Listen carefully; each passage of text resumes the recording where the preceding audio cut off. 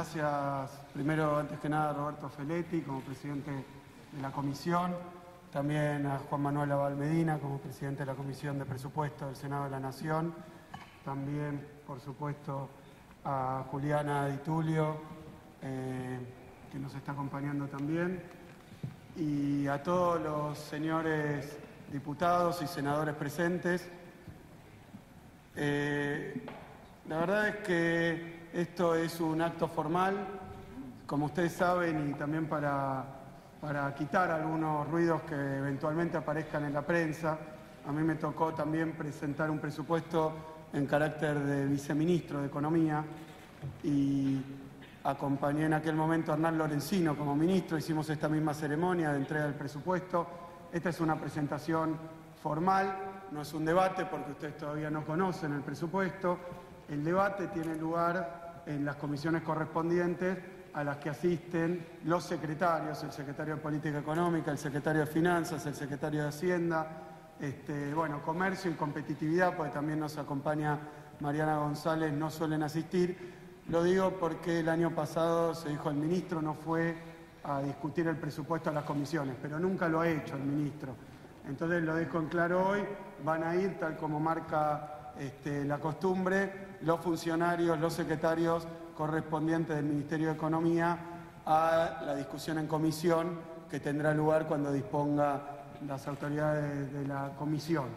Yo simplemente hoy voy a hacer una exposición, una discusión sobre un material que ustedes no conocen, pero tiene, evidentemente esto de la entrega en mano, tiene un valor simbólico porque es el 12º año que se presenta el presupuesto desde el año 2003, tal como marcaba la ley. Tal vez no corresponda en este ámbito, pero veo que hay medios presentes a los que también saludo, pero como ocurre que ha habido alguna disputa sobre si el gobierno de la presidenta, y yo como ministro de Economía, al presentar el presupuesto estamos imponiéndole al gobierno que viene, que todavía no ha sido electo y va a serlo en las próximas elecciones, si le estamos imponiendo determinada política económica, determinada orientación con respecto a los subsidios, a los gastos de capital, a la distribución del presupuesto entre los ministerios. Lo que quiero aclarar, que ustedes saben bien, es que es obligación legal del Poder Ejecutivo Nacional el día de la fecha, el 15 de septiembre, presentar el presupuesto. Pedir por motivos que fueran que no lo hagamos es intentar obligarnos a incumplir la ley, a violar la ley. De forma tal que en el cumplimiento de las leyes correspondientes hacemos hoy la presentación del presupuesto desde el Poder Ejecutivo para su tratamiento por parte del Poder Legislativo.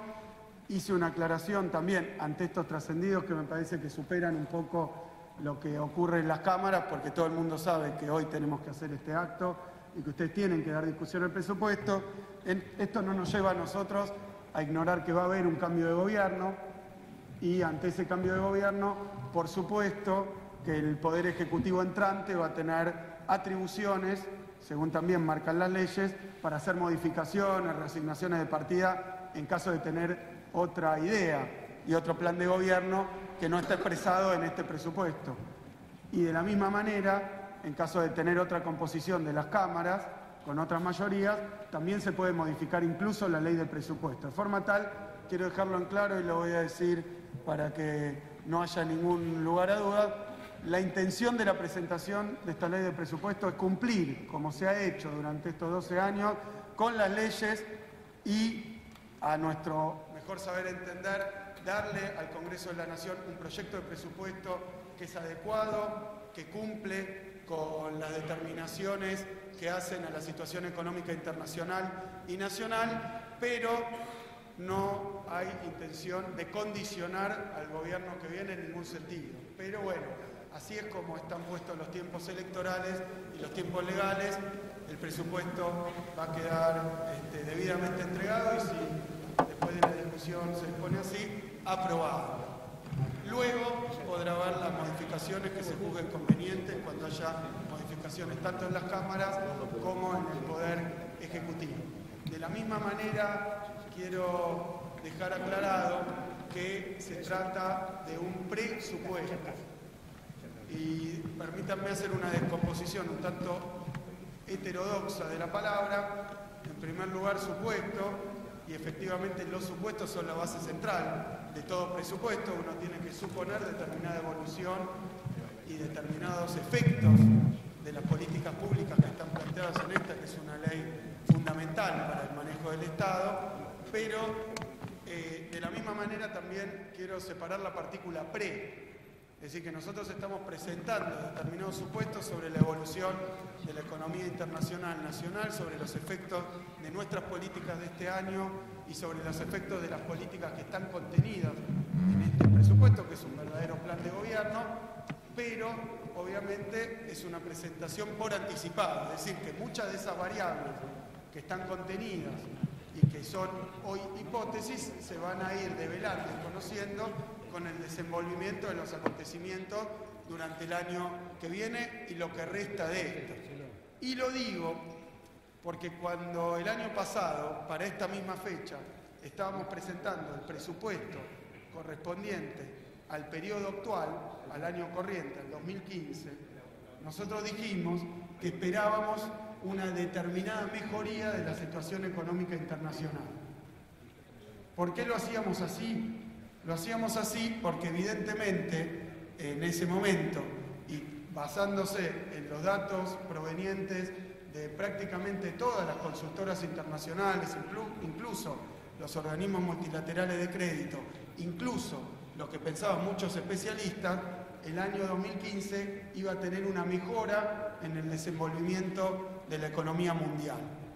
Es algo que yo en aquel momento planteé, que esperábamos una mejora en la economía mundial y que eso daba osamenta a una ley de presupuesto que preveía que como la economía mundial iba a funcionar mejor, algo mejor, no mucho mejor que en el año 2014, entonces algunas variables vinculadas a la evolución de la economía doméstica iban a verse aliviadas, dado que el mundo iba a funcionar como una locomotora, si bien andando a baja marcha, que iba a permitir que la economía argentina se montara y entonces las exportaciones, los números vinculados al comercio exterior y a las variables financieras internacionales iban a ayudar al programa de gobierno que estábamos presentando.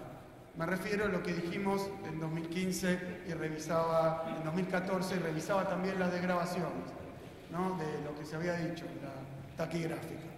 Y lo que observamos en el año 2015, que es lo que centralmente debemos evaluar en el contexto de la presentación de este presupuesto, es que ese optimismo a escala de la economía internacional no se vio corroborado por los hechos.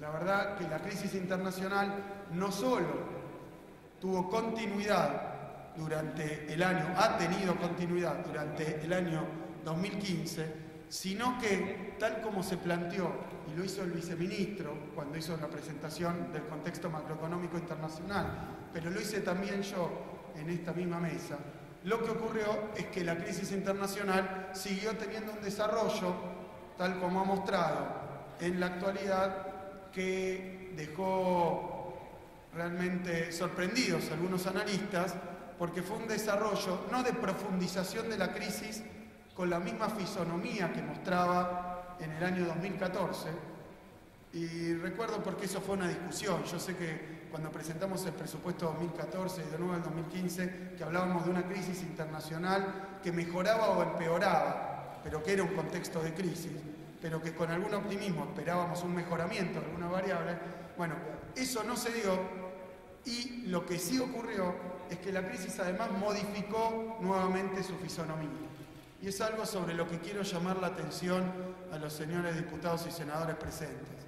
La verdad que la modificación, lo que sería una verdadera mutación en su proceso evolutivo de la crisis internacional, ha dado algunas sorpresas muy grandes, sobre todo a los analistas internacionales, que esperaban que la crisis terminara en este año, como habían esperado que terminara en el año anterior y el pasado, antes del pasado, y así sucesivamente desde el año 2008, donde la crisis mundial se inicia.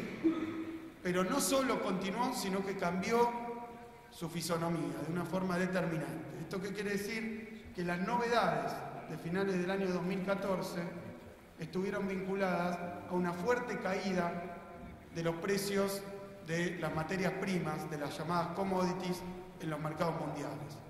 Caídas de precios que se empiezan a evidenciar, en el mes de noviembre, en el mes de diciembre, y que se hacen todavía más fuertes a principios del corriente año.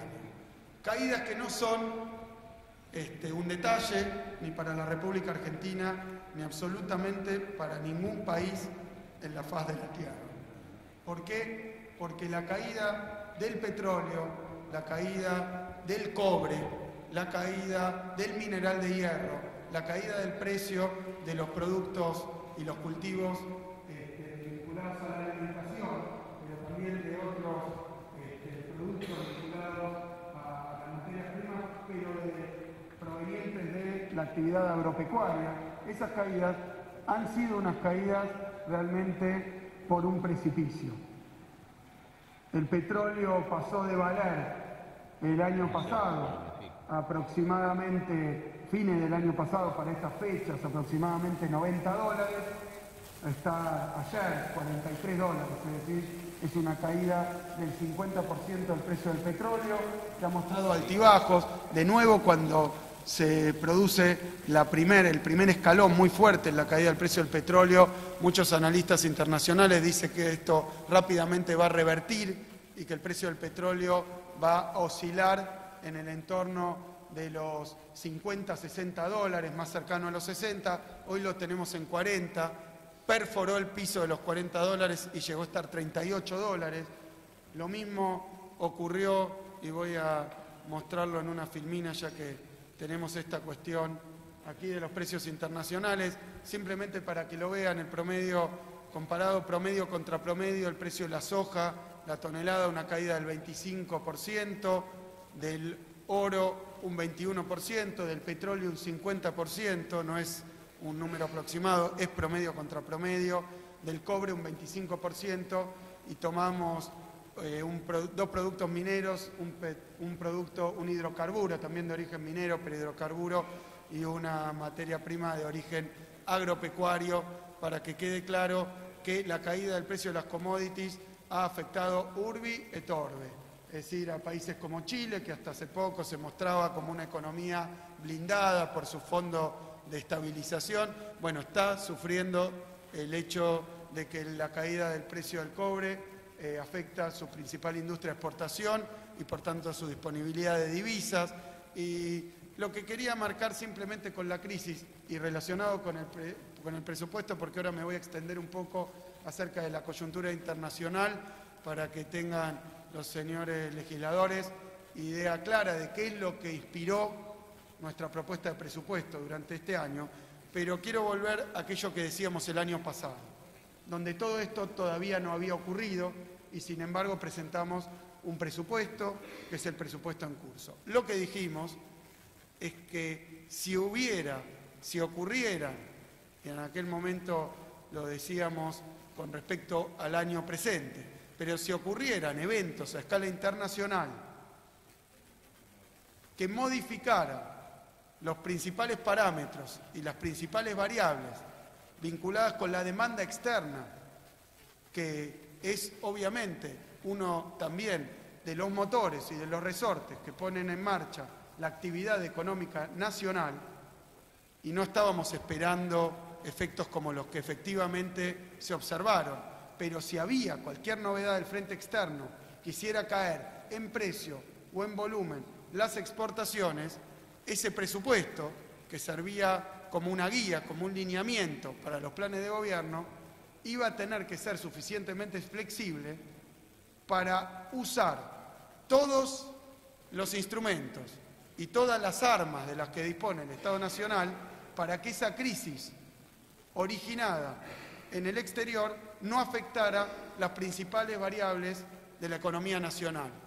Y centralmente nos estábamos refiriendo a la actividad económica y al empleo, porque saben ustedes que cuando caen los precios de los productos de exportación o cierran mercados de exportación, una parte de la economía nacional que coloca su producción en el exterior sufre, y no sufre solo ella, sino que la caída del mercado de exportación o del precio de las exportaciones afecta a las industrias de exportación y a los sectores exportadores, pero por su intermedio tiene también un multiplicador donde la caída de la demanda externa termina transfiriéndose y contagiándose a todo su encadenamiento económico, de forma tal que lo que se origina en una caída en los mercados internacionales afecta a la totalidad de la economía nacional.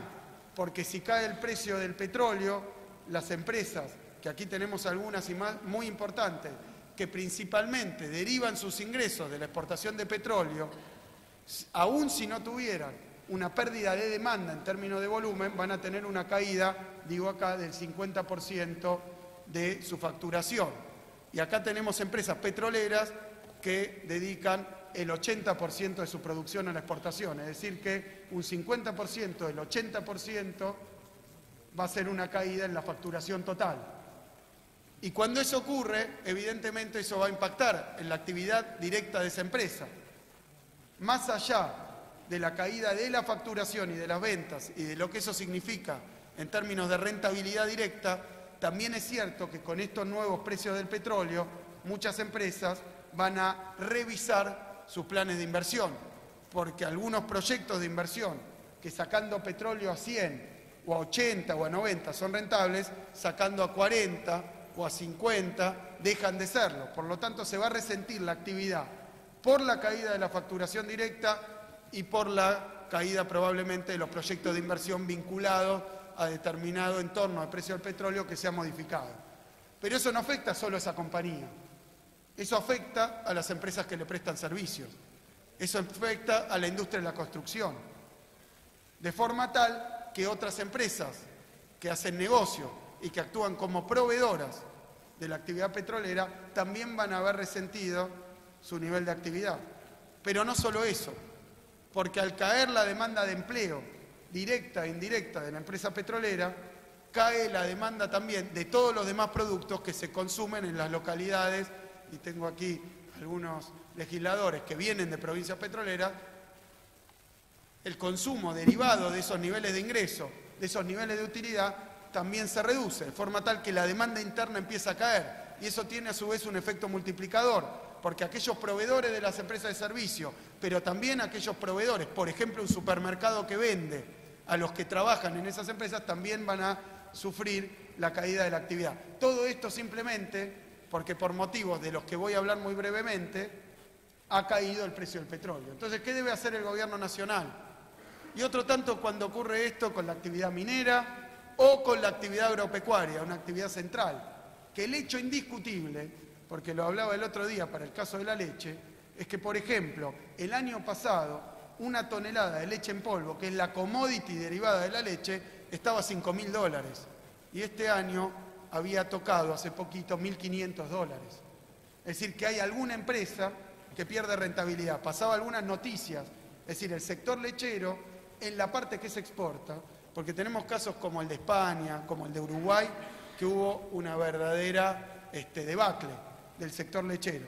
Afortunadamente en la Argentina solamente se exporta el 20-25% de la producción lechera. ¿Y por qué se exporta el 20-25% de la producción lechera? ¿O por qué el sector petrolero mayormente opera para proveer a la demanda interna? Porque hemos tenido una política de crecimiento muy fuerte basada en el mercado interno, lo cual ya, a contrapelo de las recomendaciones de muchos economistas que dicen no, el mercado interno no, porque es ficticio, porque es débil, porque no sirve, eso funciona también como una protección muy clara para el contexto de crisis internacional que vivimos. El hecho de tener una robusta, una sólida demanda interna hace que, si bien muchas empresas son exportadoras, también puedan colocar su producción en el mercado doméstico. ¿Qué hacer ante esta situación? Y es lo que planteábamos el año pasado. Si hay novedades de las malas en el mercado internacional, no les quepa duda que el Poder Ejecutivo va a tomar medidas contracíclicas de forma tal de impedir que los efectos nocivos sobre la economía doméstica de la situación internacional afecten con todo rigor y con toda violencia aquellas ramas de la producción que tienen su comercio vinculado al sector externo. ¿Eso qué implica hacer? Políticas anticíclicas. Y lo quiero decir con todas las letras. Las políticas anticíclicas significan concretamente elevar el nivel de gasto, de incentivo, de ayuda, como lo hemos hecho en el sector petrolero, porque en el sector petrolero que a nadie, y acá tengo muchos diputados provenientes de provincias petroleras que saben que en Estados Unidos los equipos de exploración y explotación petrolera en actividad se redujeron a 1/3. Sí, señores, durante este año la actividad petrolera se redujo en Estados Unidos 1/3 como simple resultado y efecto de la caída del precio del petróleo, donde muchas empresas decidieron privadamente retirarse del negocio porque ya no era suficientemente rentable, o cercenar proyectos de inversión porque veían un panorama de precios del petróleo menores, donde la rentabilidad no les servía para cubrir los costos de la inversión que habían calculado en sus planes de negocio.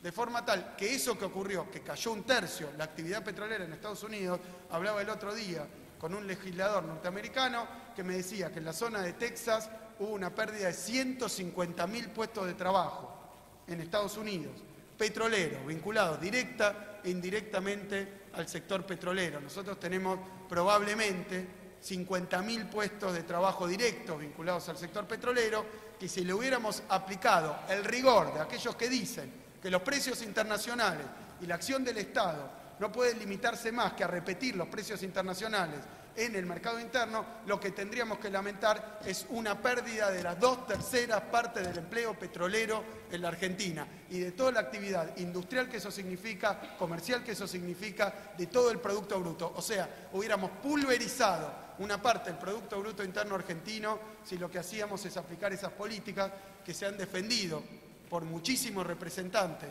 de las compañías petroleras, porque hay que decirlo, y algunos de la política y algunos de la consultoría, de que el mercado interno tiene que regirse por los precios internacionales directamente, que cualquier cosa que se haga en contrario es ineficiente.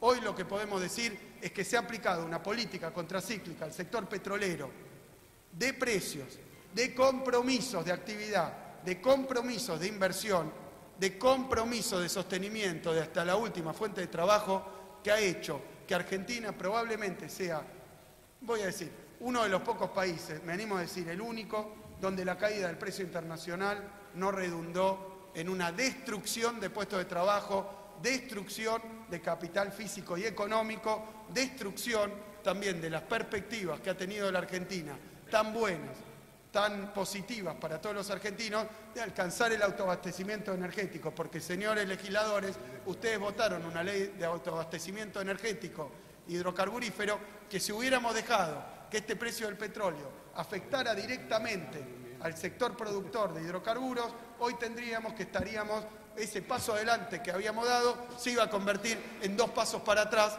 y estaríamos de nuevo alejándonos de la posibilidad de alcanzar el autoabastecimiento. Porque si uno proyecta lo que ocurrió en los países del mundo, donde este es hoy el precio que rige para el petróleo, lo que tendríamos es una caída de 2/3 partes de la actividad petrolera, como pasó en buena parte del planeta, que operaba muy bien el sector con $100 el barril, y cuando cayó a $40 el barril, suspendieron su actividad y corrieron esos capitales hacia otros sectores más rentables. Entonces, ¿qué hemos hecho? Y esto para ejemplificar lo que se ha hecho, efectivamente lo que se había dicho. Presentamos un presupuesto donde nuestros supuestos sobre la situación económica eran más optimistas de lo que efectivamente ocurrió. Cuando hicimos la presentación dijeron, pero ¿cómo ustedes hablan tanto de la crisis internacional? En aquel momento donde la crisis internacional no estaba ni en el diario Clarín ni en el diario La Nación, porque todos los problemas que podía experimentar la economía argentina se le querían atribuir al gobierno y no a la situación internacional. Pero hoy tenemos, mirando lo que ocurre en Brasil, mirando lo que ocurre en Chile, mirando lo que ocurre en Uruguay, mirando lo que ocurre en los países europeos que todavía siguen atravesando tasas de desempleo superiores al 25%, mirando lo que ocurrió con las commodities, mirando con lo que ocurrió con los flujos y la salida en estampida de los capitales de los países emergentes, mirando lo que ocurrió con la caída de las reservas de los países emergentes, que se cuentan el otro día en China, en un día, usaron reservas que son superiores a todas las reservas argentinas para defender el valor de la moneda, en un día.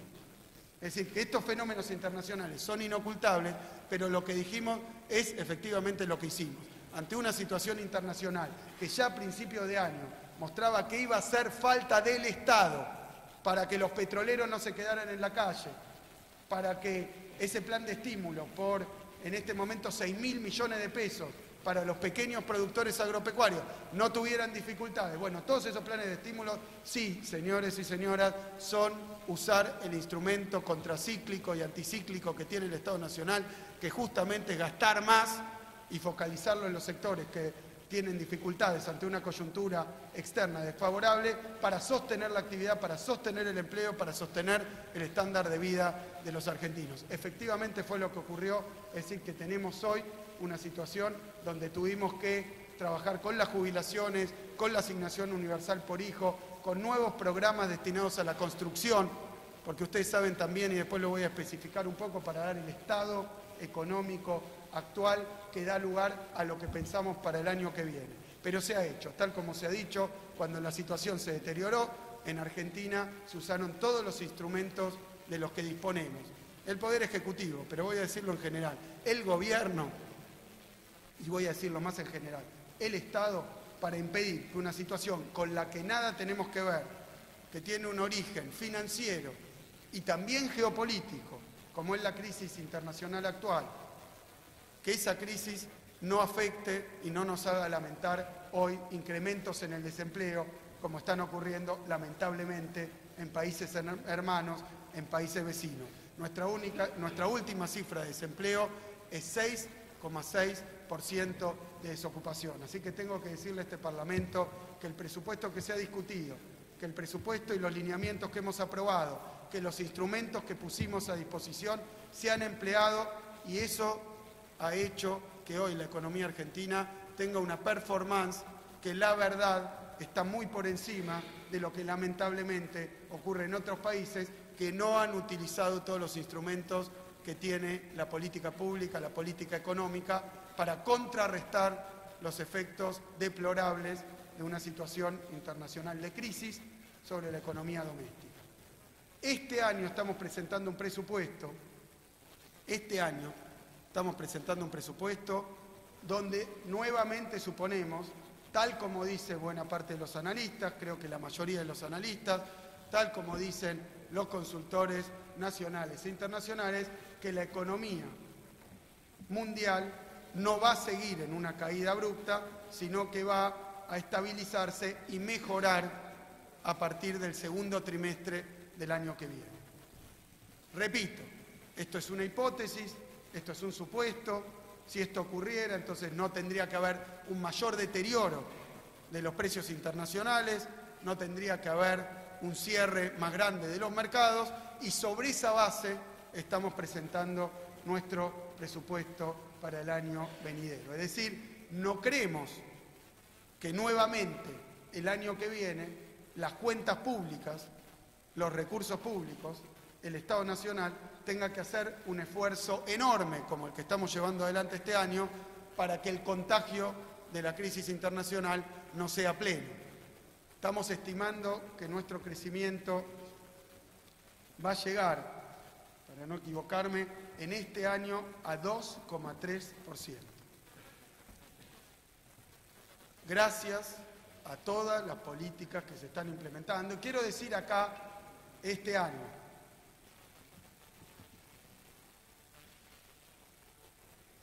estos números de reactivación de la economía argentina desde el segundo trimestre de este año son números que provienen de las estadísticas públicas y también de las estadísticas privadas, tanto en construcción como en industria, sobre todo sin automotriz, pero a partir de este mes con un fuerte crecimiento también de la industria automotriz, muestra que la economía argentina está en crecimiento durante este año a partir del segundo trimestre. Lo muestran los indicadores públicos y los indicadores privados. Ahora bien, esto creo que es resultado de haber aplicado las políticas contenidas en este presupuesto y también una batería de políticas preventivas que se lanzaron, algunas durante el año 2014 y muchas de ellas durante... No, voy a hablar un poquito más de esto. Y muchas de ellas durante el año 2015. ¿Por qué? Porque una situación internacional compleja implica aplicar medidas creativas, focalizadas o universales, pero destinadas al sostenimiento de la actividad externa. Por eso me gusta decir, como lo dijo la Presidenta de la Nación, que cuando se caen los mercados internacionales, así como venimos hace 12 años sosteniendo una política de reindustrialización y sustitución de importaciones, lo que quiere decir que aquellas industrias que habían sido destruidas literalmente durante la época liberal, durante la fase de apertura indiscriminada de la economía y sobreendeudamiento, han vuelto muchas de ellas a reverdecer, a crecer y a presentar un desempeño muy, pero muy favorable durante estos 12 años. Eso fue la sustitución de importaciones.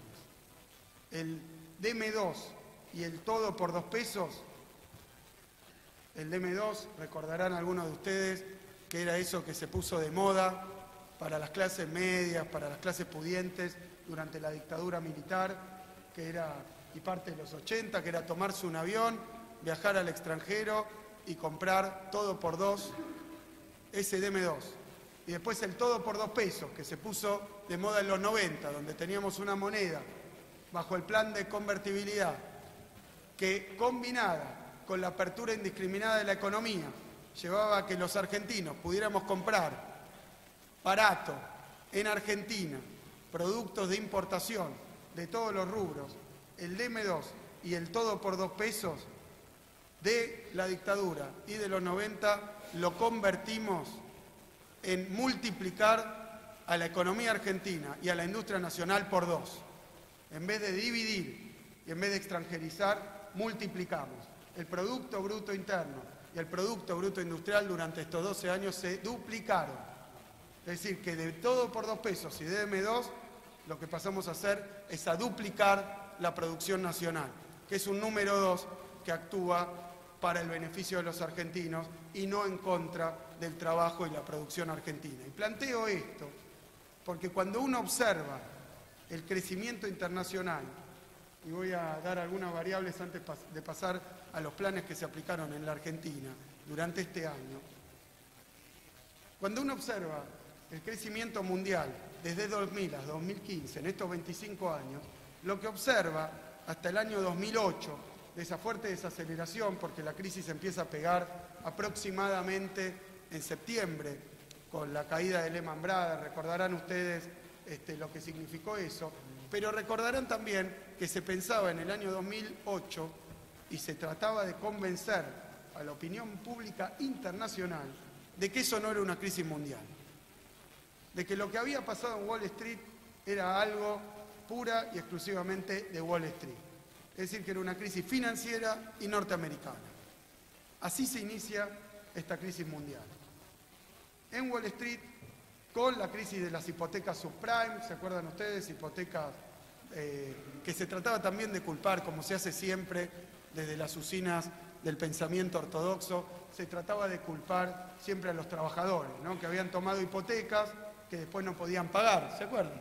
No era culpa de ellos, que se habían puesto, bueno, hay un dicho popular, pero a gastar por encima de las posibilidades, y entonces, no, por supuesto, a gastar por encima de las posibilidades y a entonces comprometer su propio futuro. Y así fue como esa crisis, que fue una crisis de las finanzas y especulativa, rápidamente se traslada a la economía norteamericana. Porque el año 2009 es un año donde pega muy fuerte la crisis en las economías avanzadas, principalmente en la economía norteamericana, que ¿Cómo dicen ellos? Bueno, que hay un contagio. ¿Por qué? Porque la crisis de la subprime o la crisis de los derivados, ¿se acuerdan?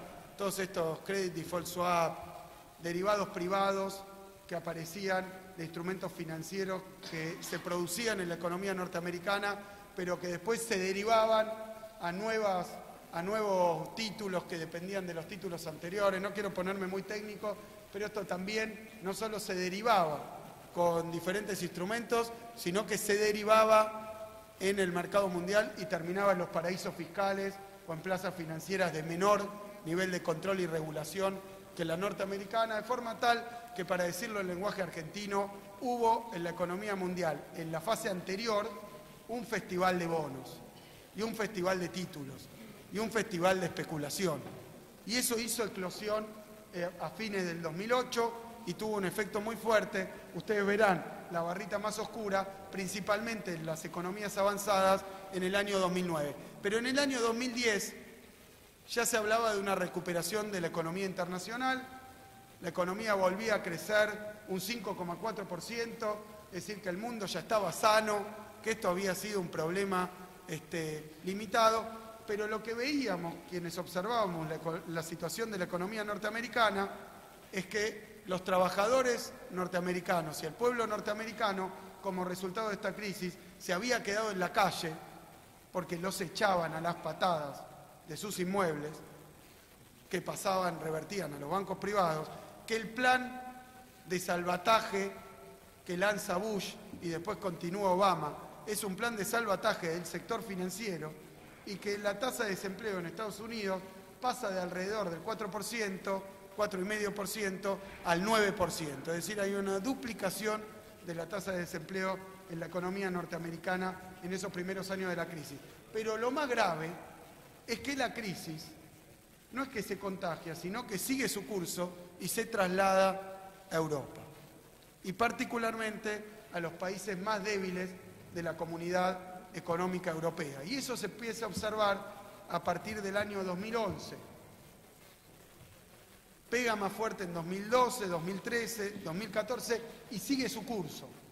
Es decir, que la crisis se inicia en Estados Unidos, se traslada a Europa y en Europa llega para quedarse, porque las economías más débiles de Europa todavía están dando manotazos para salir de una crisis que se convirtió rápidamente en una crisis de deuda para los estados y en una crisis económica y social para el tejido productivo y para los pueblos. ¿Por qué? Porque las tasas de desempleo en los países europeos más débiles, en los eslabones más frágiles del sistema europeo, las tasas de desempleo todavía están por arriba del 20%, llegando a niveles propios más arriba de la crisis del 30%, asimilables a nuestra crisis de 2001 en países como España, en países como Grecia, más cerca del 12-15% en países como Italia, en países como Portugal. Pero todavía se desarrolla esa crisis y cuando uno ve los pronósticos para esos países, tratan de ser optimistas, pero explican que las tasas de desempleo en esos países de Europa solo dentro de 5 años van a volver a estar en el entorno del 10%. Es decir, que les queda mucho sufrimiento por experimentar a esos países y a esas sociedades. Ahora, ¿cuál es el momento actual de la crisis? Y lo muestro esto porque pese a todo lo que se decía, lo que tenemos hoy, con los números de 2014 o 2015, es un panorama de desaceleración de la economía mundial. Pero lo que ha mostrado esta crisis actual es que tiene además esta capacidad de desplazamiento. Y tal como lo planteaba la Presidenta de la Nación, la fase actual de la economía mundial puede resumirse con que ahora va hacia los BRICS. Es decir, son los países emergentes, los BRICS son Brasil, Rusia, India y China, son los países emergentes y Sudáfrica, muchas gracias, los que ahora están sufriendo, y también Sudáfrica, que el otro día yo tengo números de Sudáfrica también para mostrar que también esto está afectando a los países emergentes en general, pero particularmente a los BRICS, a través de dos canales. Y lo que quiero señalar, porque estos son elementos centrales para nuestras hipótesis del presupuesto actual. Un canal es el canal comercial. El canal comercial es básicamente la forma en la que los países, esta imagen de canales, es como si la economía nacional estuviera a través de un caño conectada con la economía mundial. Uno de esos caños es el caño comercial, importaciones y exportaciones. Obviamente, cuando hay una caída en la demanda de los países del mundo que le compran al país, el canal comercial sufre a través de las exportaciones, la caída de las exportaciones. Fíjense, quiero plantearlo por toda esta cuestión que hay con respecto a las reservas, el dólar, y voy a ponerlo en otro país. ¿Qué es lo que empezó a pasar? Que la caída de las exportaciones en estos países, muchos de ellos, voy a dar casos muy claros, los países de Medio Oriente, Venezuela, México, países claramente exportadores de petróleo. La caída del precio del petróleo a la mitad, lo que determinó es una caída de las exportaciones, muchas veces no en volumen, venden la misma cantidad de petróleo, pero supongamos que destinan el 80% del petróleo, y perdón, me estoy olvidando de Rusia. Cuando cae el precio del petróleo, cuando cae el precio del gas, lo que sufren es una caída de las divisas provenientes de la exportación. O sea, que ¿eso en qué va a redundar? En un déficit o un achicamiento del superávit o una entrada en déficit comercial, dependiendo del caso, y además una falta de dólares a través del canal comercial. La caída de las exportaciones y del precio de las exportaciones te afecta la balanza comercial, a través de la balanza comercial, la balanza de pagos, a través de la balanza de pagos, las reservas. Por eso lo que puede pasar es que bajo este pronóstico, el caso de Rusia, cuando empiezan a caer las exportaciones, haya dudas sobre la capacidad de sostener determinado valor del rublo, que está obviamente vinculado al nivel de reservas. O sea que esto se tradujo, en el caso de Rusia, combinado además con factores claramente de la geopolítica, como son las sanciones sobre la economía rusa, con una enorme, extraordinaria devaluación del rublo, que observamos a principio de año. Una devaluación, para que quede claro los valores, que es aproximadamente del 80% al día de hoy. ¿Se acuerdan cuando en 2014 hubo en Argentina un cambio del valor del dólar del 20%? Bueno, en Rusia ocurrió una devaluación del 80%, que en Brasil fue del 50%, porque uno de los canales es el canal comercial. Pero quiero decir, esto no tiene que ver ni con la estructura de la economía, ni con la competitividad rusa, ni, para usar un término técnico, ni con un cazzo que tenga que ver con las variables fundamentales vinculadas a la economía rusa o a la economía brasileña. Simplemente una caída de un precio internacional fijada y determinado por factores que nadie esperaba, absolutamente inesperado. Y me permito contar una breve anécdota personal porque me parece que hace a las discusiones que tenemos en la Argentina. Cuando yo concurrí a las reuniones de fin de año, que son las de otoño, del Fondo Monetario Internacional, el Banco Mundial, y todos los organismos en Washington, tuvimos una sesión con los ministros de Economía del G20 y otros más, porque es la parte financiera del Fondo Monetario Internacional, para discutir qué iba a pasar el año siguiente, por 2015. Y estuvimos un rato largo, toda una mañana, discutiendo las hipótesis que tenía el Departamento de Simulaciones Estadísticas y Macroeconómicas del Fondo Monetario Internacional. ¿Cómo se llama esto? IFMC. Y este ejercicio se llama EWE, Early Warning Exercise. O sea, ejercicio de alerta temprana se llamaría. Entonces estábamos todos los ministros y el Fondo Monetario nos decía, ¿a qué tenemos que tener cuidado el año que viene? 2014 hablamos por 2015. y hacían sus simulaciones de cómo iban a pegar los escenarios que estaban pensando. ¿Y saben cuál era el escenario? El escenario que estuvimos discutiendo era una drástica subida del precio del petróleo. Lo que se esperaban era que el precio del petróleo se fuera por las nubes. Que fue, no parecido, no puede ser, fue exactamente lo opuesto a lo que pasó un mes y medio después empezó a pasar. Eso es lo que estábamos discutiendo toda la mañana. Después, pero lo que quiero decir es que esto, por lo menos para las instituciones financieras internacionales, esta evolución de la crisis mundial fue absolutamente inesperada. Porque pensaban que iba a haber una recuperación y si pasaba algo iba a subir el precio del petróleo, que cayó, el detalle es que cayó a la mitad. Entonces, cuando pasa eso, canal comercial. Y quiero decir algo más. Después está esta cuestión, que tal vez es un poco técnica, pero quiero plantearla, porque es una de las variables determinantes de lo que le va a pasar a todos los países del mundo, incluida la Argentina, y se está discutiendo esta semana en Estados Unidos. Ustedes saben que la Reserva Federal de Estados Unidos, o sea, el Banco Central norteamericano, cuya presidenta es Janet Yellen, está discutiendo hace mucho tiempo cuándo subir la tasa de interés. Esto es una noticia que incluso está... ¿Qué tiene que ver esto con nosotros? ¿Qué tiene que ver esto con el chacarero? ¿Qué tiene que ver esto con el petrolero? ¿Qué tiene que ver esto con el comerciante de Avenida Rivadavia? Tiene que ver que si Estados Unidos decide subir la tasa de interés, lo que está haciendo, porque lo han planteado así, es decretar el fin de la crisis. No de la crisis internacional, porque es inocultable. Pero lo que está diciendo es, ya está, terminó. Le acabamos de trasladar todo el peso de la crisis internacional originada en Wall Street a los países más pobres.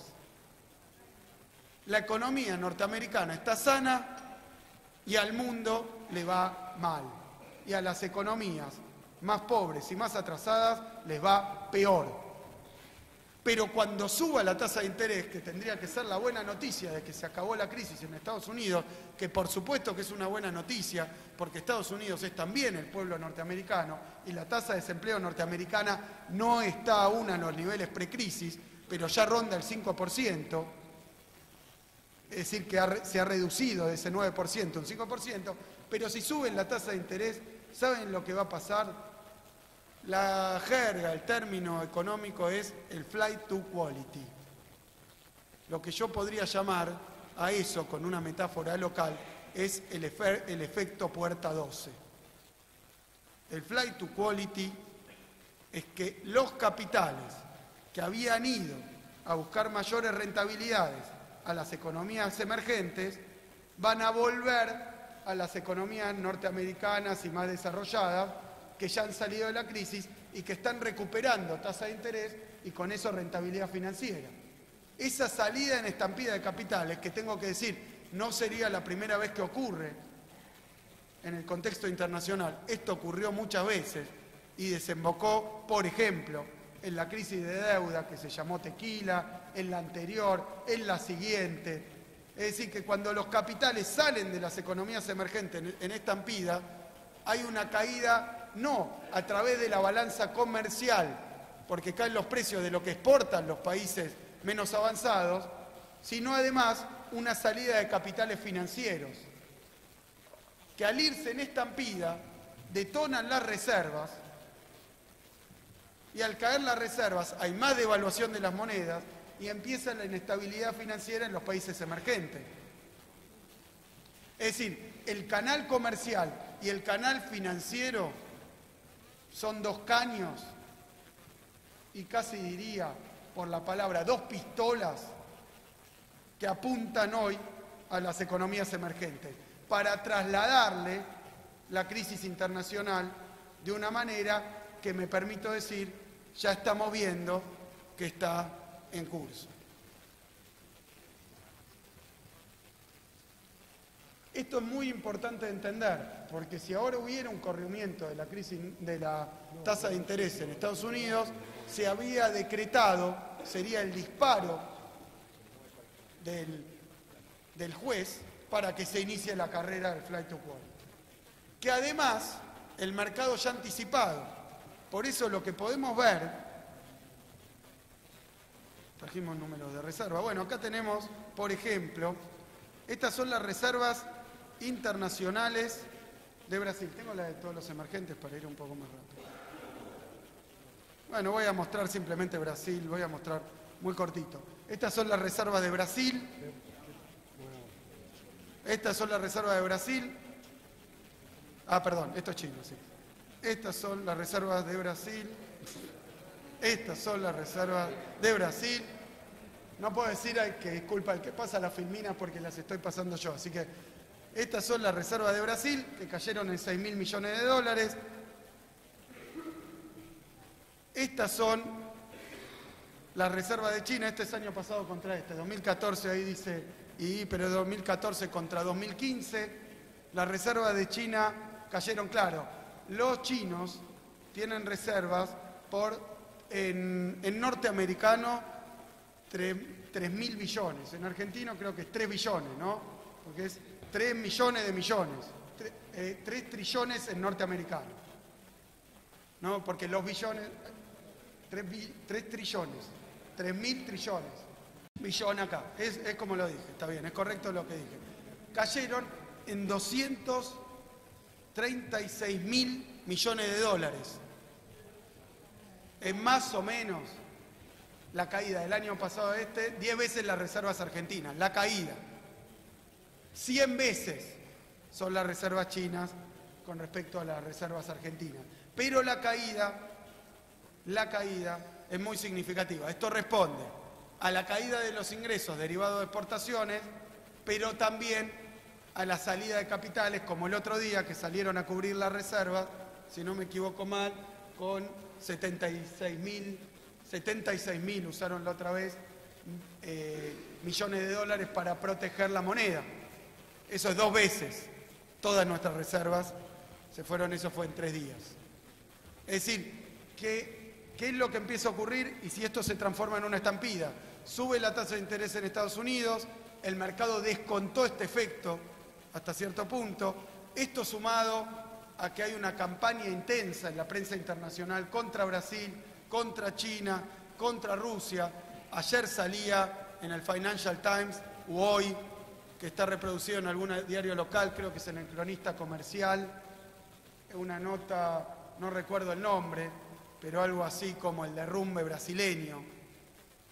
Es decir, que esto que ya empieza a pasar desde el año pasado está también, bueno, estas son las reservas rusas. 170.000 millones de dólares de pérdida de reserva. Estoy tomando desde 2012 hasta 2015. Tenía uno del agregado, pero más o menos sumando. Acá tengo los números, Pinedo, acá tengo los números de Sudáfrica. Bien. Y las reservas de Sudáfrica que cayeron en 3.200. Mostraba simplemente los BRICS como una muestra, como un ejemplo, como una exhibición de lo que está pasando también en el resto de los países emergentes. Para simplificar, esto ha redundado en devaluaciones muy fuertes. Tomo Rusia no acá promedio contra promedio, sino la devaluación anual punta contra punta, que fue del 96, Sudáfrica el 22, China el 4,1%, India el 10%, Brasil el 55%. Y quiero decirlo para que les quede a todos claro, no es el plan económico que están llevando adelante el gobierno chino, brasileño, ruso, sudafricano, en el marco de sus perspectivas, de sus políticas de crecimiento, sino que es un resultado de la evolución de la crisis internacional y cómo ha pegado sobre precio de las exportaciones, sobre salida de capitales y, por tanto, sobre las monedas. Dicho de otra manera, no son devaluaciones competitivas. No es que se ha tomado la decisión. En muchos casos los propios gobiernos dicen que están saliendo después de esto a defender las monedas porque el mercado les está jugando a través de los mercados financieros, a través de los diferentes instrumentos, contra sus monedas. La verdad que una caída del 50% del valor de tu moneda no es una política económica para generar competitividad. es lo que ocurre como resultado de una fuerte crisis internacional si uno no aplica todos los instrumentos que tiene a mano para que esto no genere los efectos que generan las fuertes devaluaciones ocasionadas por las corridas financieras internacionales. ¿Qué es el efecto claro de estas cuestiones? Son la caída de la actividad, la caída del salario, el incremento de los precios. Porque en toda economía hay una parte que está de los precios internos, en nuestra economía más o menos es un 30%, que está vinculado con los precios internacionales. Ya sea porque son cosas que se producen acá y que si no, o al mismo tiempo se exportan, o porque son cosas que se importan desde el extranjero. De forma tal que los llamados bienes transables tienen sus precios vinculados, excepto que se tomen medidas, directamente con los precios internacionales. Si los precios internacionales crecen, obviamente esos precios crecen. Pero si las monedas se devalúan, esos precios nominados en moneda doméstica crecen proporcionalmente a la devaluación. Dicho de otra manera, hay precios de los productos importados, por ejemplo las peras argentinas, que se exportan a Rusia, para hablar del Alto Valle, y que vienen del Alto Valle, particularmente de Río Negro, que cuando se exportan a Rusia, después de una devaluación del 80 o 90%, valen 80 o 90% más. Valen su peso en oro. Entonces, aun si el precio internacional no cambió, lo que cae es la demanda.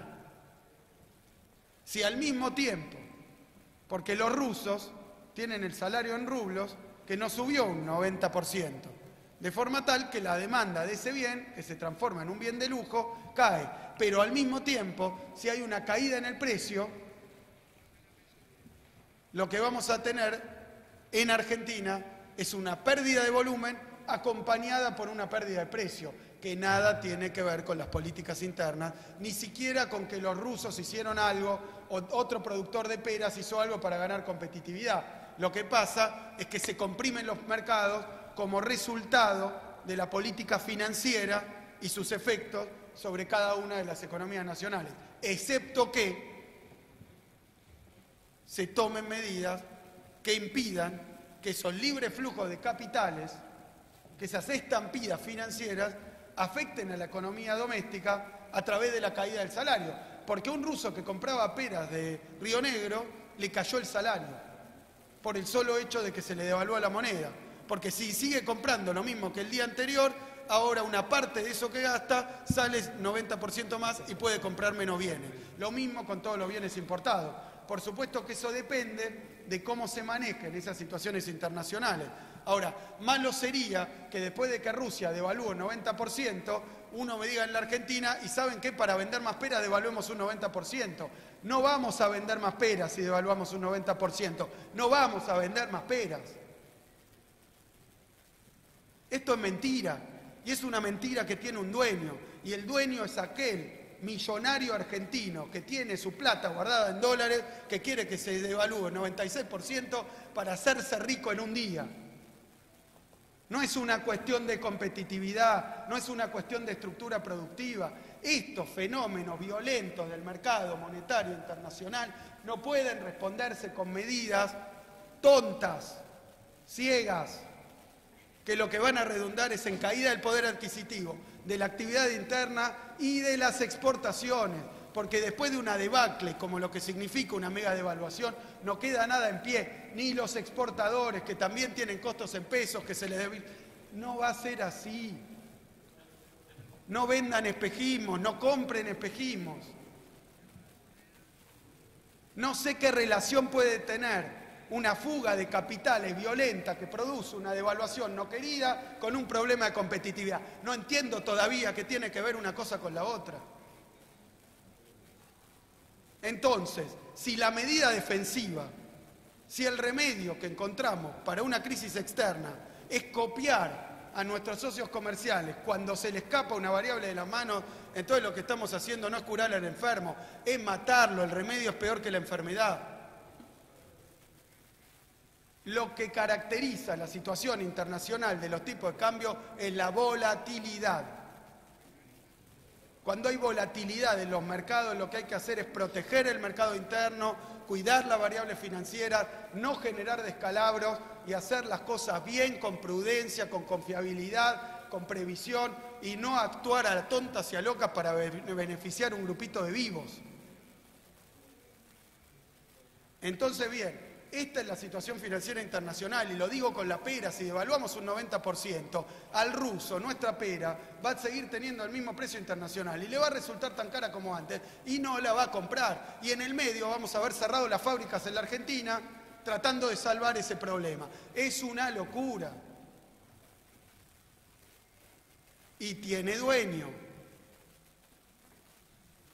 Son los sectores concentrados que están puestos en moneda extranjera y que han especulado y que juegan a la timba y tratan de convencer a toda la sociedad que lo que ha beneficiado siempre a un grupo minúsculo y perjudicado siempre a las mayorías populares es lo que tiene que pedir la política.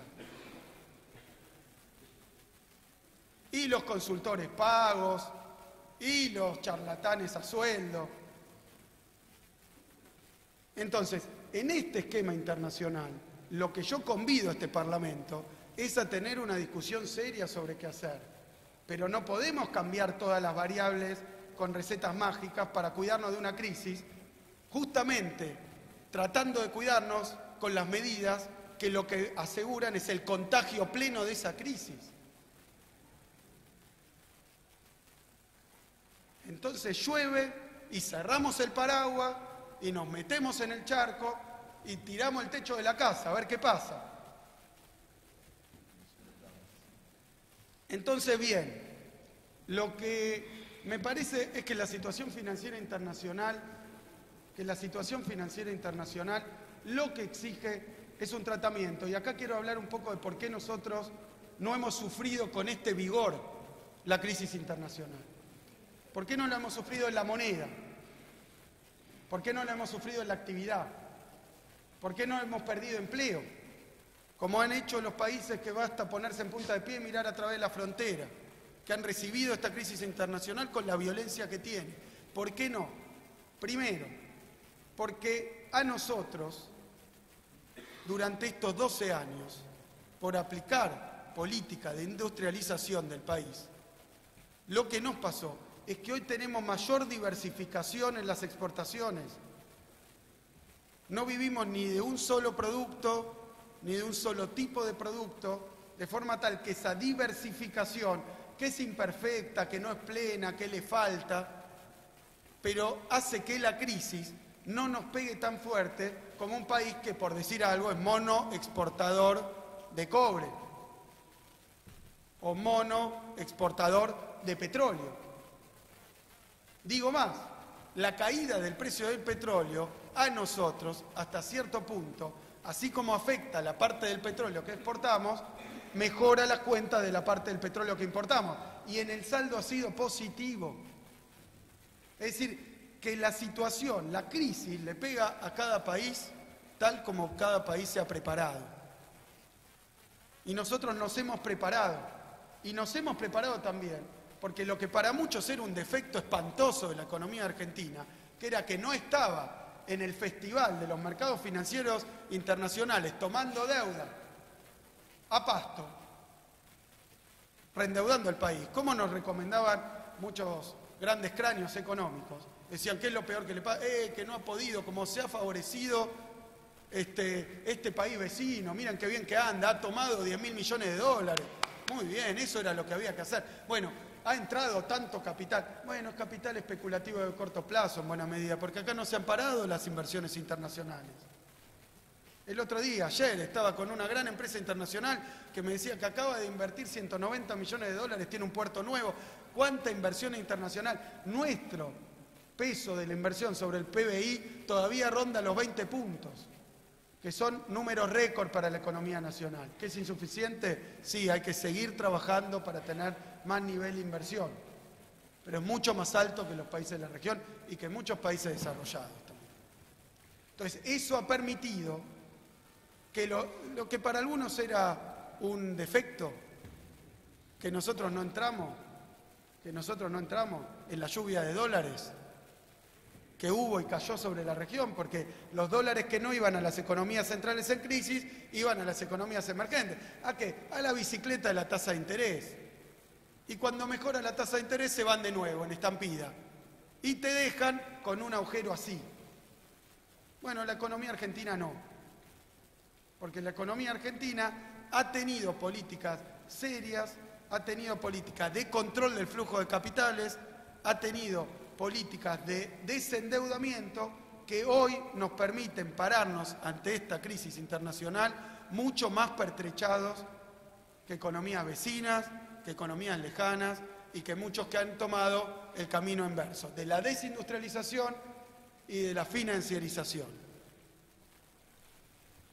Y hoy tenemos a esos países penando porque les pega con plenitud el canal comercial y el canal financiero. A nosotros, lo que algunos reconocían como un defecto, como ahora ayer en el diario La Nación, los subsidios, que siempre fue algo malo, ahora están reconociendo que por los subsidios hay más Producto Bruto Interno, hay menos pobreza, hay menos inflación. Ahora lo están reconociendo. Enhorabuena por no haber entrado a la bicicleta del sobreendeudamiento.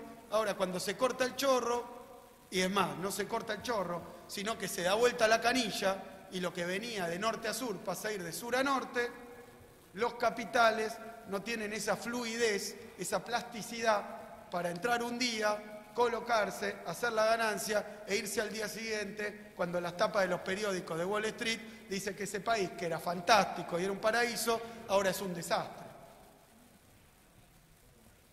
Así que acá hasta los fondos buitres parecen habernos hecho un favor involuntario. Para que nadie se pueda tentar y para que nadie pueda hacer lobby y presión de que hay que salir a tomar capitales, como ocurrió en los 90, como ocurrió en la dictadura militar, como ocurrió después del golpe del 55. Es decir, que esa política económica consistentemente llevada adelante durante 12 años, tengo que decir hoy que no solo fue una política de crecimiento, no solo fue una política de inclusión, o sea, desarrollo, o sea, reindustrialización, sino que fue una política de fortalecimiento del mercado interno, del control del capital, del desendeudamiento, de la capacidad de regulación del Estado, de la capacidad del gasto anticíclico, de la inversión pública, que nos deja a nosotros pertrechados y preparados para que en un contexto internacional desfavorable la economía argentina no esté inerme. Y lo voy a decir más claramente, los trabajadores, los laburantes, los jubilados, quienes cobran la UH, quienes están comprando la vivienda, no tengan que sufrir los enormes efectos de la crisis internacional, sino que lo que vamos a mostrar y lo que podemos ver es que nuestro sistema bancario sigue sólido, nuestro tipo de cambio sigue según nuestros programas, nuestro gasto público ha tenido un rol anticíclico que nos ha llevado a lanzar programas que hemos podido financiar para sostener el nivel de actividad económica, de forma tal que hoy, mientras en la región hay un torbellino, en Argentina lo que tenemos que seguir viendo el año que viene es si la economía mundial mejora, cómo aprovechamos eso para que nuestra economía pueda potenciarse más, y si la situación internacional empeora, qué nuevos instrumentos vamos a crear, desempolvar y producir para que esos efectos no se descarguen sobre las espaldas del pueblo argentino y en particular, como es siempre este negocio, sobre los que menos tienen.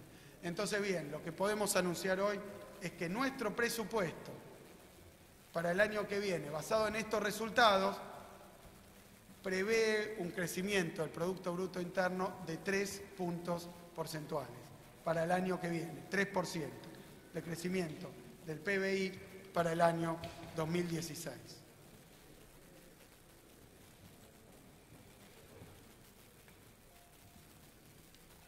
Aquí tengo, esto tiene algo de mal gusto, pero simplemente quería mostrarlo porque compara el Producto Bruto Interno el último publicado, se está diciendo, yo estoy presentando un pronóstico de crecimiento del Producto Bruto Interno de 2,3% para el año 2015 para la República Argentina.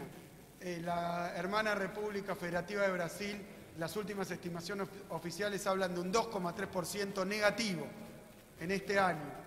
Y algunas estimaciones privadas a las que no doy crédito porque espero que las decisiones que tome el gobierno sirvan para sostener en lo posible la actividad económica y las condiciones de vida del pueblo brasileño. Ha estado el expresidente Lula da Silva hace poquito acá contando que efectivamente es una preocupación del gobierno brasileño que no haya que lamentar el traslado de la crisis internacional y de la campaña internacional que hay sobre Brasil en los centros financieros internacionales, que no se traslade con más violencia sobre la economía brasileña, pero lo que puedo decir es que nosotros ya presentamos un crecimiento del 1,1 en el primer trimestre del año y que esperamos terminar este año con un crecimiento en el entorno del 2,3% y que esto muestra una batería de políticas que simplemente, como ya son conocidas, como las hemos explicado y defendido en el Congreso de la Nación, lo que tengo que decir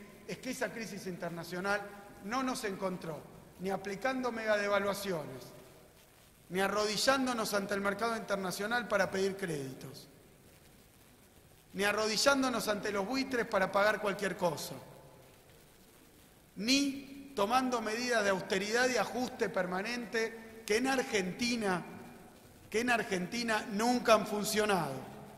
Porque si se te cae la demanda externa y sobre que se te cae la demanda externa vos reducís las partidas del Estado que producen demanda interna, tenés que sobre llovido mojado. Y tenés que la actividad económica va a caer no menos, sino más.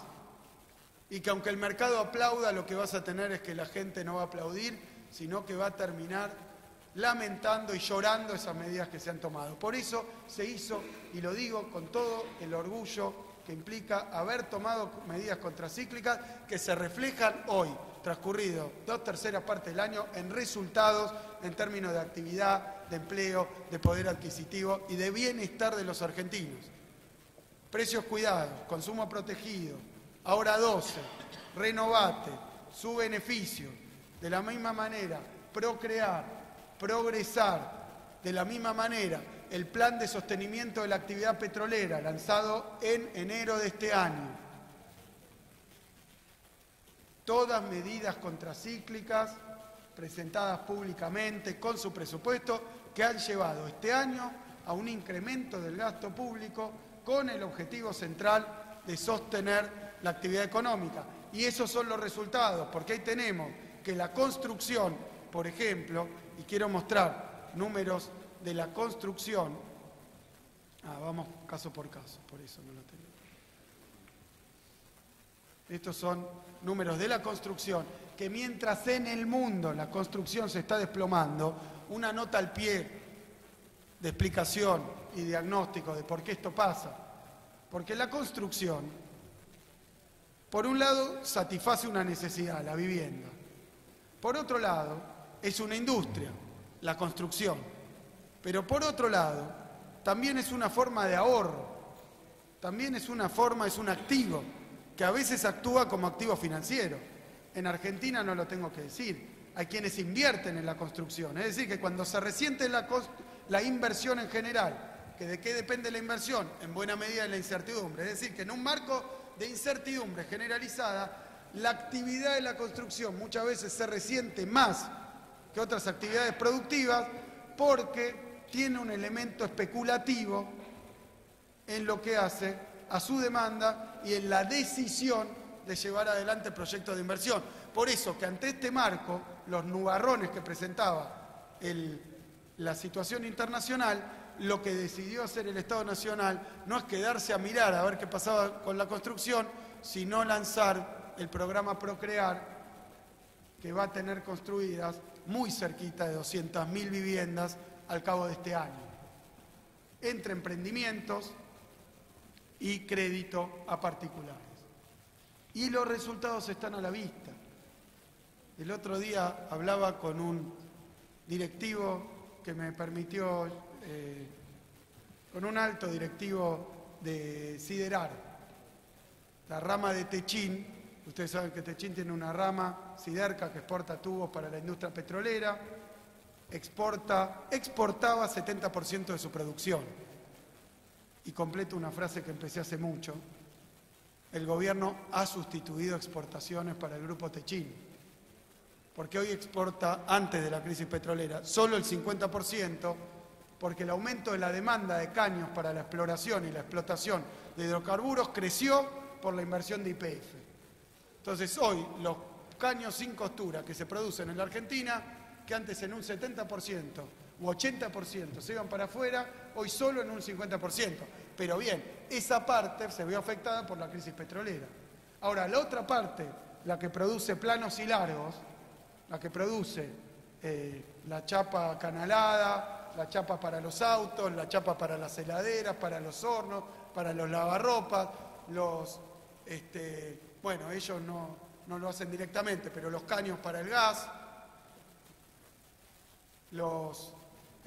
bueno, no directamente, pues esos son los largos de construcción, pero el material para construcción, esa parte, ¿saben cuánto va a crecer las ventas en volumen en plena crisis internacional, donde se está cayendo en el mundo de la construcción y la demanda de acero por todos lados, donde sobra acero en todo el mundo? Bueno, la de Siderar va a crecer 7%. Va a crecer 7% en volumen este año. Es decir, en Argentina es un año de crecimiento.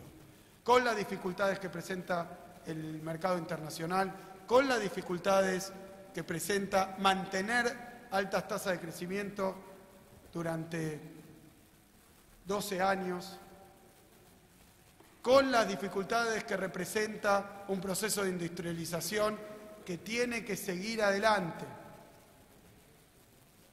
Pero la verdad es que hoy los números de la economía argentina, otro tanto con la campaña agrícola, de nuevo una campaña agrícola récord, de nuevo unas felicitaciones para el sector agropecuario, que ha logrado una campaña récord de 123 millones de toneladas. Y este es un dato objetivo, este es un dato impensado. Ahora bien, esta cosecha de 123 millones de toneladas se encuentra con un mercado internacional hecho pomada. Ustedes saben que en algunos casos de algunos cultivos, yo hablaba de la leche, que por el crecimiento del mercado interno, hoy buena parte de la producción lechera la absorbe el mercado doméstico.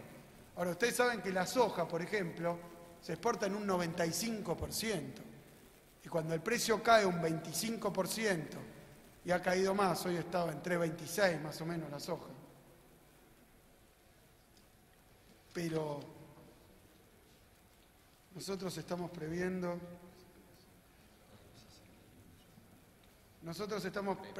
para el año que viene un promedio de $375 la tonelada. Para el año que viene. 3.75, que coincide con los más grandes consultores internacionales. Es más o menos lo que espera, no el futuro, pero y es un precio que no son los $500, por supuesto.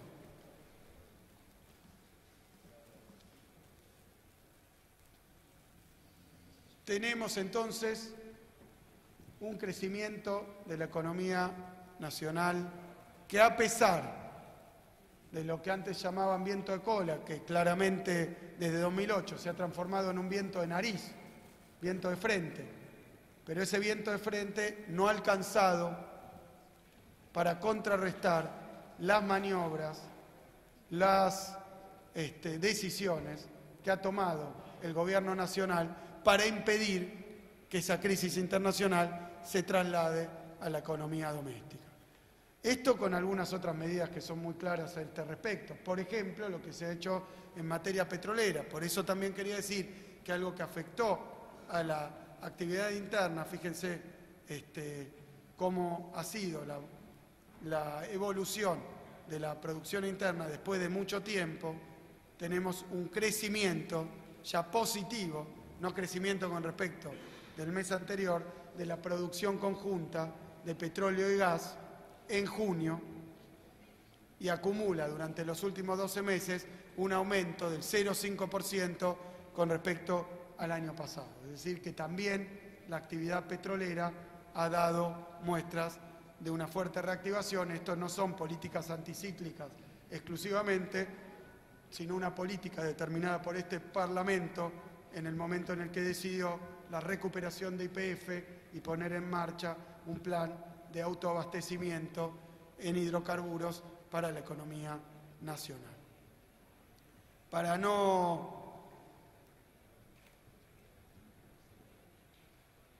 no recorrer más la cuestión productiva, después yo les voy a dejar algún material, pero lo va a exponer en detalle y en profundidad y en extensión el viceministro de Economía junto con el secretario de Hacienda, que se tuvo que ir a la una por un problema personal, Juan Carlos Pessoa. Hoy también nos acompaña Raúl Rigo, de la Secretaría de Hacienda.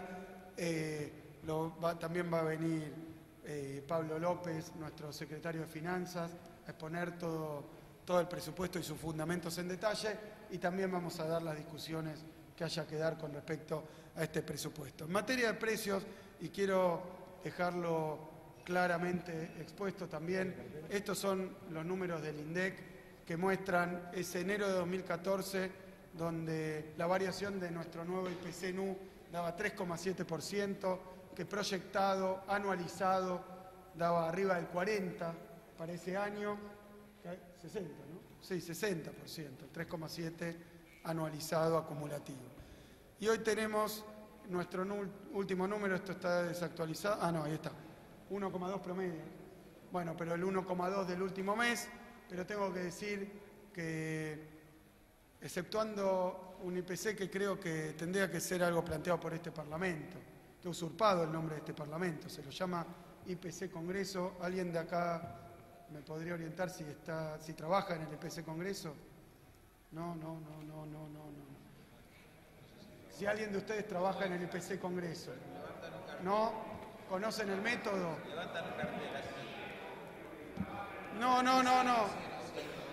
No, lo digo claramente. Nadie de los que está acá, porque les conozco las caras, tiene nada que ver con el IPC Congreso. Pero lo han popularizado. Ah, ¿vos sí? Bueno, Pinedo tiene que ver con el IPC Congreso. Yo iba a hablar de una usurpación de la marca Congreso, porque que a mí no me deja tranquilo, porque es como si yo tuviera que discutir de la marca Verdad y la marca Congreso, exacto. Dos marcas que están en disputa y que tienen patente internacional. Pero no, simplemente el IPC Congreso es el único promedio que da arriba de los números que intenta promediar. Por eso, si era del Congreso, si todo el Congreso decía es nuestro, yo quería decir, no han inventado un índice de precio, han reinventado la matemática, han reinventado el álgebra. Porque si bien es una materia antigua, el álgebra marca que cuando uno promedia 10 números, el promedio no puede estar arriba de todos los integrantes lineales de ese promedio. Claro. Bueno, esta es una alquimia imposible, pero que la ha logrado quien ha usurpado la marca Congreso. Porque sin ley, sin mediar una ley, porque si hay una ley que va a cambiar las matemáticas, está buena que se discuta y se vote. Porque tal vez que podemos... No me siento capacitado para trabajar. Pero no da, porque la crítica es la siguiente. Se han presentado muchos números privados. Yo, de otras consultoras privadas, que no es IPC Congreso, que es privada, a mi modo de ver. Es otra consultora privada, pero se disfraza. Es como... ¿Cómo? No. ¿Pero lo sugiere? Bueno, no, porque si hay una sugerencia... Lo que pasa es que estoy viendo de quién es, porque su marca confunde. Entonces, fuera de broma, lo que quería decir es que mirando los últimos datos de algunas consultoras privadas, no, acá no los tengo, pero los recuerdo. Daban 1,5, el IPSI de Levi Yeyati, el IPSI se llama, de Levi Yeyati dio 1,6, que esa compara con 1,2. Había un diario que graciosamente decía, el INDEC da la mitad que los privados. Y la comparaba solo con Congreso, porque después venían 1,6, 1,5, 1,7 y 1,2 del IPC Congreso. Lo que quiero decir es que aún si fuera el 1,6, no, creo que dio 2,12. Ya es. ¿No? Bueno, ¿cuánto dio Cava? ¿Cuánto dio la Ciudad de Buenos Aires? 1,6. 1,6. La Ciudad de Buenos Aires dio 1,6. Entonces, la consultora privada IPC Congreso, que no calcula los precios, sino a través de un promedio de otras consultoras privadas, que todas van más bajas que el promedio, pero todas las demás marcan una definida desaceleración. Porque si tomo, perdón, último comentario que hago. Hay algunas privadas que cuando el INDEC marcó 3,7, marcaban 6%. Por ejemplo, la consultora privada de algunos diputados, llamada IPC Congreso, daba 6%. Y otros, porque no sé si son solo diputados, pero daba 6%. Y alguna otra también, creo que la de Melconian. La de Melconian, el último número, un mes dio 0,9. Creo que enero. 0,9. Estaba abajo del INDEC, la de Melconian. Es decir, sí. Y esta vez, ¿cuánto dio? Yo no lo recuerdo. 1,8. Bien, pero está bien. Lo que quiero decir es que cuando daban 6, si uno proyectaba ese número y lo anualizaba, daba 79% de inflación. Si hoy uno proyecta el 1,6 de Levillellati o el 1,8 de Melconian o el 1,3 o 1,2 del IPC, todas dan menos de 20, algunas 22, 24, esas las que más dan. Es decir, que el año pasado la que más daba hablaba de 80%. Proyectando nuestro número decía, o no proyectándolo, anualizándolo, multiplicando, elevándolo a la 12, daba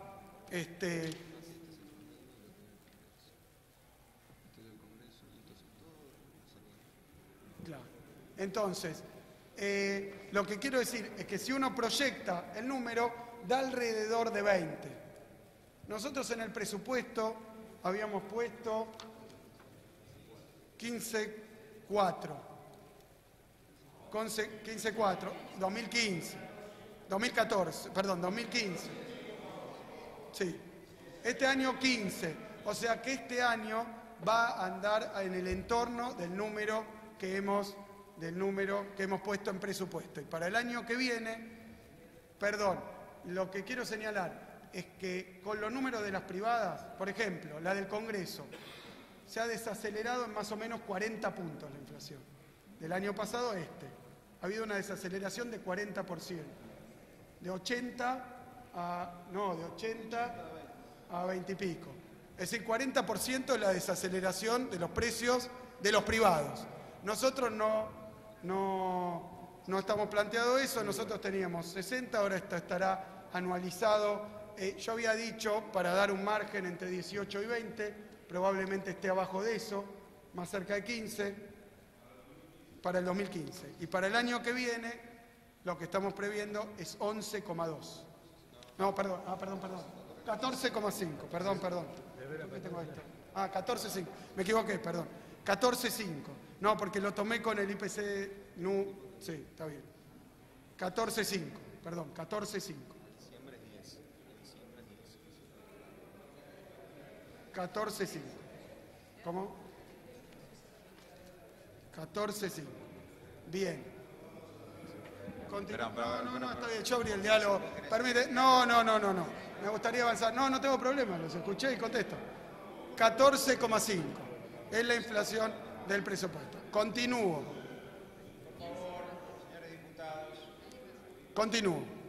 Es decir, que esa desaceleración, este mismo gráfico de desaceleración de los precios, cuando uno toma cualquier indicador privado y lo pone, da lo mismo, pero la desaceleración es mayor para los privados que con nuestro índice. Es decir, que hoy hay un consenso generalizado, absoluto, de que ha habido una muy fuerte desaceleración de los precios del año pasado a este.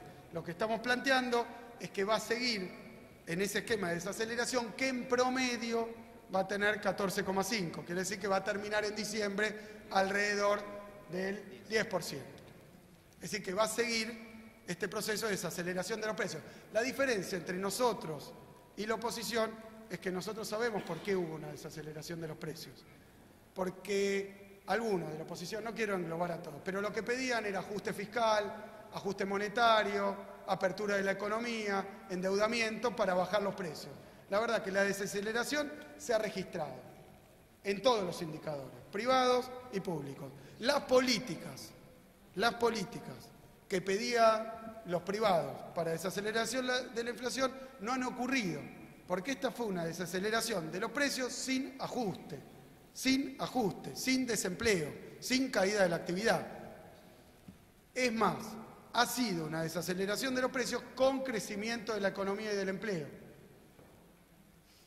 Entonces, el problema que yo traslado a los teóricos del ajuste es por qué, si cuando le daba tan alta la inflación, lo que decían era que había que ajustar y era la única salida, ahora que se desaceleró la inflación, siguen diciendo que hay que ajustar. ¿Y qué pasó? Que ese 80% se transformó en un 25%, en un 26%, sin hacer todas las medidas que pedían. Porque las medidas que pedían eran dolorosas para la gente.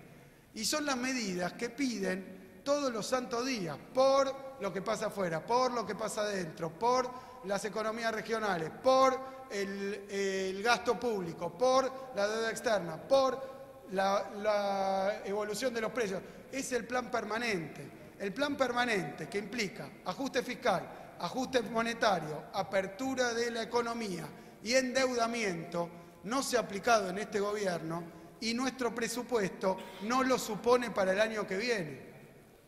No lo supone para el año que viene, porque así como estos 12 años, el coro de los economistas liberales de derecha, ortodoxos, que pedían el ajuste fiscal, el ajuste monetario, la apertura de la economía y el endeudamiento, han dicho que eso era porque iba a ocurrir un desastre, y 12 años no ocurrió el desastre, ni ese año, ni el que viene, porque ese famoso plan bomba es el que nos endilgan todos los años, que el año que viene no se va a poder sostener el crecimiento, que va a explotar la economía, ya es moneda conocida. Ahora quiero decir, hemos logrado durante 12 años seguidos sostener niveles de producción, de empleo, niveles de inclusión social, niveles de crecimiento, de desarrollo, compatibles con nuestras ideas políticas, con nuestro programa político, sin hacer el ajuste, sin endeudar al país, sin destruir la industria, sin abrir la economía, sin ir corriendo a las polleras del Fondo Monetario Internacional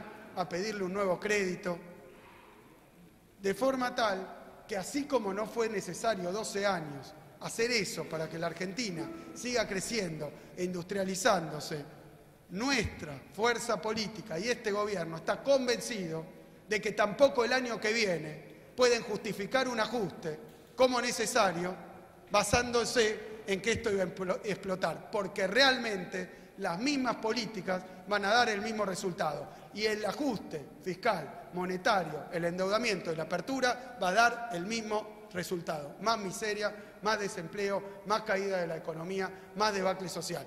Mientras las políticas de crecer en el mercado interno, de desendeudarse, de generar dignidad para la Argentina, de generar inclusión social, más jubilaciones, sostenimiento de los sectores que tienen problemas externos, más gastos si hace falta sostener la economía, esas políticas van a seguir dando también el mismo resultado que dieron 12 años.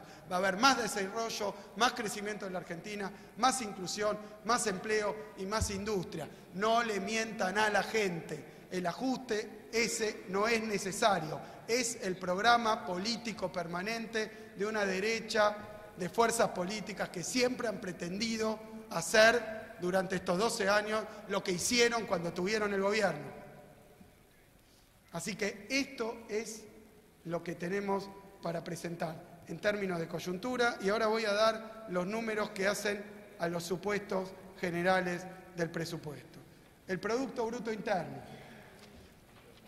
Ya he explicado por qué. Esperamos que crezca el año que viene un poco más que este año, bastante más que la región, pero no esperamos un empeoramiento rotundo de las condiciones internacionales. Digo, si en el próximo periodo hubiera una caída más estrepitosa de los precios internacionales, hubiera mayor nivel de fuga de capitales en los países emergentes, hubiera más turbulencia financiera, va a haber que aplicar más políticas anticíclicas. No va a haber que aplicar el ajuste, va a haber que aplicar más políticas anticíclicas, va a haber que proteger la industria, el empleo y el mercado interno, va a haber que proteger la producción.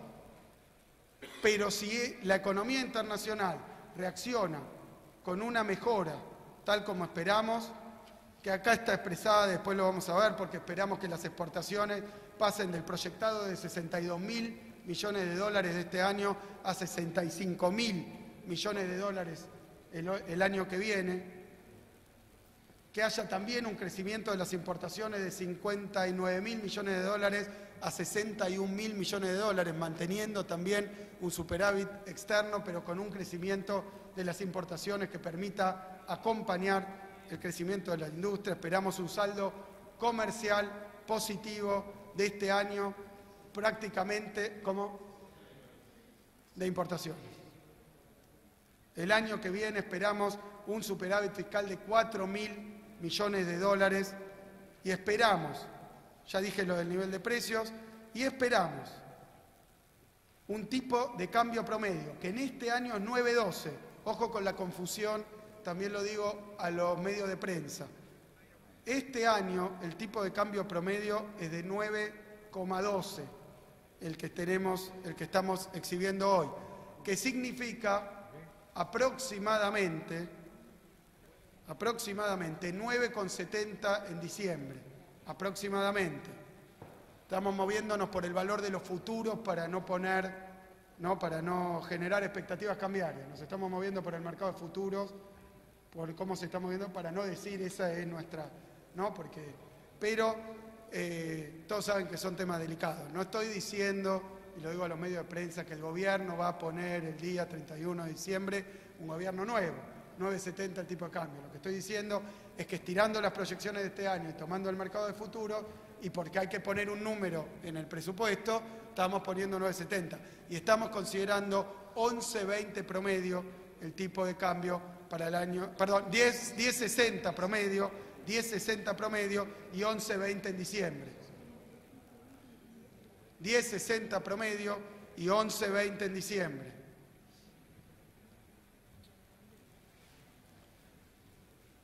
Esos son los números centrales. En lo que respecta a la región, estamos suponiendo, como todavía está estimado en Brasil, en su presupuesto, que todavía están discutiendo y votando, un crecimiento para el año que viene de Brasil de 0,7.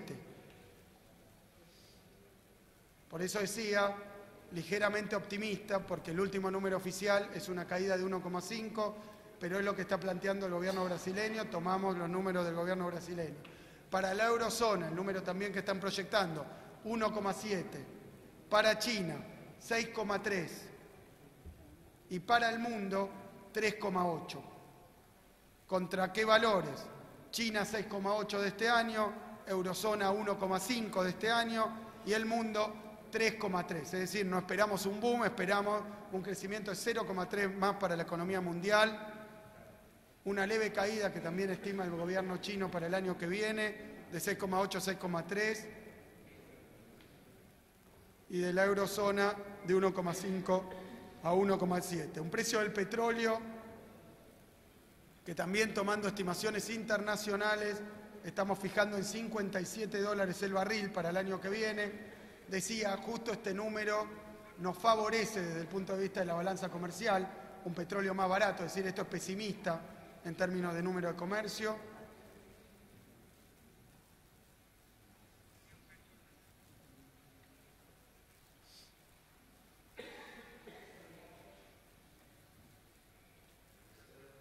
Estamos suponiendo para el año que viene un crecimiento de los ingresos corrientes del 21%,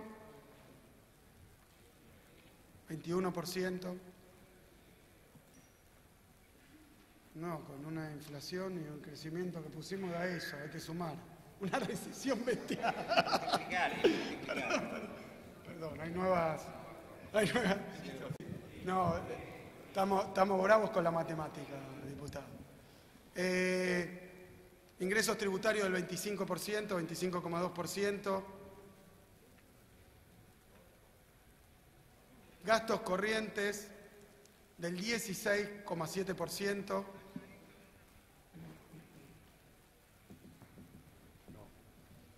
Y un resultado primario positivo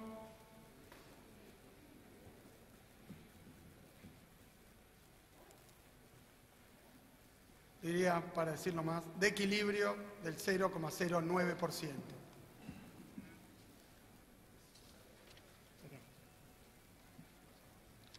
Repito y lo quiero decir para cerrar. El presupuesto acaba de ser entregado, lo van a tener en sus manos, las sesiones se van a llevar adelante tal como dicte la comisión, los funcionarios que siempre han venido, que no es el ministro de Economía, sino sus secretarios, van a estar a disposición de los señores diputados y senadores para la discusión de este presupuesto. Quiero decir, es un presupuesto, estamos en una circunstancia especial, es una circunstancia donde el 10 de diciembre va a haber un cambio de gobierno y un cambio también en ambas cámaras. Esta ley de presupuesto está basada en las hipótesis, en los supuestos, en las proyecciones que, a nuestro mejor entender, van a dar continuidad a nuestra política económica en la situación internacional que hemos marcado. Pero quiero decir, obviamente, para que quede claro, esto no es un ejercicio de ponerle una ley de leyes, un presupuesto al gobierno que viene. Esto es el cumplimiento estricto de la ley en tiempo y forma, la presentación de un presupuesto que debe discutirse como un presupuesto que afecta a un año que viene, donde en caso de haber cambio de autoridades que piensen que este presupuesto no refleja su propio plan de gobierno, tendrán que tomar las medidas, ya sea desde el Poder Ejecutivo o Legislativo, para hacer las modificaciones pertinentes. Y el último punto para terminar, en términos de subsidio, lo he dicho pero quiero aclararlo al Parlamento, no presupone lo que estamos entregando un cambio en las políticas ni tarifarias ni como contrapartida de subsidios. Ustedes saben que el valor en pesos de los subsidios de este año va a ser aproximadamente el mismo que el del año pasado, es decir, los subsidios de 2014 son prácticamente iguales que los subsidios de 2015. Pero esto no es magia. ¿Por qué? Porque como ha caído el precio del petróleo y del gas, que importa el Estado, con el cual genera buena parte de la energía, el hecho de que las tarifas no hayan crecido no generó un incremento de la diferencia entre costo y precio, que se define como, excepto que haya una nueva redefinición de la matemática, se define como subsidio. La diferencia que paga el Estado es la diferencia entre el costo, si es mayor, y el precio. Ahora, si bajan los costos porque baja el precio del petróleo y el gas, y al mismo tiempo sube la producción nacional, entonces, por lógica, el monto de los subsidios permanece, como en este caso, casi invariable. Es decir, cuando encuentren que el costo de los subsidios no crece, no quiere decir que lo que no esté creciendo sea, que esté condicionando, una política de aumento tarifario para sostener el nivel de subsidio, sino que las hipótesis sobre la construcción de ese nivel de subsidio es que sigue creciendo la producción local de gas y petróleo, que aún pagada con el plan de estímulo, la producción local de gas sale $7,50 y todavía está a precios menores que la importación de gas licuado a través de la regasificadora, de forma tal que sustituir importación de gas y petróleo, particularmente de gas, porque la mayoría de nuestros parques térmicos funciona a gas, nos representa un ahorro. En base a eso, ahora, no, porque los precios nacionales antes estaban más bajos que los internacionales. Ahora no suben en comparativo con el barril de petróleo que está en dólares, interno y externo. No, pero quiero decir, no es que ahora esté subiendo, cae, sube, de nuevo. Es un plan de sostenimiento de la actividad petrolera, pero está a discusión. Por supuesto que está a discusión.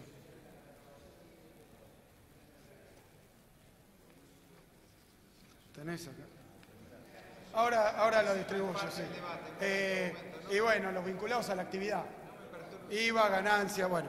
Pero lo que quiero decir para cerrar y para agradecerles muchísimo la paciencia, para agradecerles la atención, para agradecerles también lo que ha sido durante esta gestión que el 10 de diciembre termina, lo que ha sido un trabajo como viceministro de Economía, como equipo económico muy estrecho. En primer lugar, quiero agradecer a nuestro bloque, tanto en Cámara de Diputados como en Cámara de Senadores, porque hemos discutido aquellas cuestiones vinculadas a la situación económica nacional, a los proyectos de ley vinculados a cuestiones económicas y principalmente la discusión del presupuesto nacional. Hemos tenido un trabajo intenso donde se ha debatido a fondo, sin límite ni de temas ni de extensión, donde hemos puesto sobre la mesa nuestros puntos de vista, nuestras políticas, sus resultados y donde como producto de eso se han llegado avances importantísimos, como ha sido